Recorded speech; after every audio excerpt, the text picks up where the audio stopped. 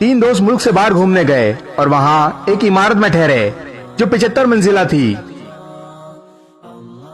उनको 75वीं मंजिल पर रूम मिला। इमारत की इंतजामिया ने खबरदार करते हुए कहा, हमारे यहाँ का निजाम आपके मुल्क से अलग है। यहाँ रात 10 बजे के बाद लिफ्ट बंद कर दी जाएगी। 10 बजे से पहले आना होगा, वरना आपको सीढ़ियों के जरिए रूम तक जाना होगा। पहले दिन तीनों दोस्त सैर व सियाहत के लिए निकले, मगर 10 बजे से पहले वापस लौट आए।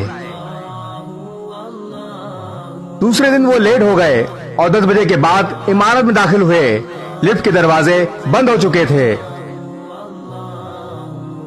तीनों दोस्त सैर व तफरी के बाद वैसे ही थक चुके थे, पर रूम तक तो जाना ही था, तो तीनों ने मिलकर फैसला किया,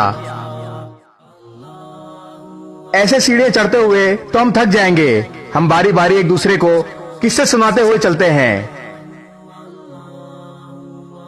25 फ्लोर तक पहला दोस्त, 50 फ्लोर तक दूसरा दोस्त, 75 पर पहुंचने तक तीसरा दोस्त किस्सा सुनाएगा। पहले दोस्त ने कहा, मैं तुम्हें लतीफे और मजाया किस्से सुनाता हूँ। अब तीनों हंसते मजाक करते हुए चलते रहे और 25वें फ्लोर तक आ गए।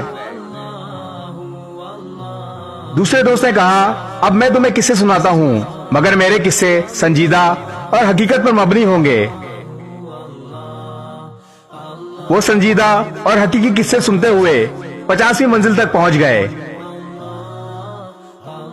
तीसरे दोस्त ने कहा, अब मैं तुम लोगों को कुछ गमगीन और दुख भरे किस्से सुनाता हूँ, जिस पर सब मुत्तफिक हो गए। गम भरे किस्से सुनते हुए बाकी मंजिलें भी तय करते रहे, यहाँ तक कि तीनों थक हार कर रूम के दरवाजे तक पहुंच गए। दरवाजे पर पहुंचकर तीसरे दोस्त ने कहा, मेरी जिंदगी का सबसे बड़ा गम भरा किस्सा यह है कि हम कमरे की चाबियां नीचे इस्तकबालिया पर ही छोड़ आए। ये सुनकर तीनों पर गशी तारी हो गई, मगर दोस्तों, कहानी के अंदर की कहानी अभी बाकी है। बात अभी मुकम्मल नहीं हुई। इस किस्से में आपके लिए इबरत है। हम लोग जो कि अपनी जिंदगी के 25 साल हंसी मजाक खेल कूद में लगा जाते हैं, फिर बाकी के 50 साल तक शादी, बच्चे, रिस्क की तलाश, नौकरी जैसी संजीदा जिंदगी में फंसे रहते हैं। 75 साल की उम्र में बीमारियों, अस्पताल के चक्कर, बच्चों के गम और ऐसी हजारों मुसीबतों के साथ गुजारते हैं। यहाँ तक कि जब मौत के दरवाजे पर पहुंचते हैं तो याद आता है कि चाबियां तो हम साथ लाना ही भूल गए।